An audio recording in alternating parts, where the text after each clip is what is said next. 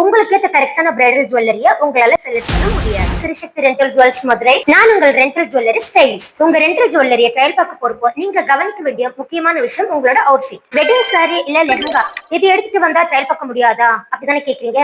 Video ஃபுல்லா பாருங்க, உங்களுக்கு புரியும். உங்களோட outfit close neck or collar நெக்கா இருந்தா உங்களுக்கு ஏத்த கரெக்டான பிரைடல் ஜுவல்லரிய உங்களால செலக்ட் பண்ண முடியாது. Collar neck or close neck wear பண்ணிட்டு வந்தா கரெக்டான பிரைடல் செட் எடுக்க முடியாதுன்னு சொல்றேன்னா, நெக் பீஸ் நீங்க வியர் பண்றப்போ அது உங்களுக்கு மேட்சிங் ஆகுதா ஆகலையாங்கிறது காலர் நெக் போட்டு வந்தீங்கன்னா பார்க்க முடியாது.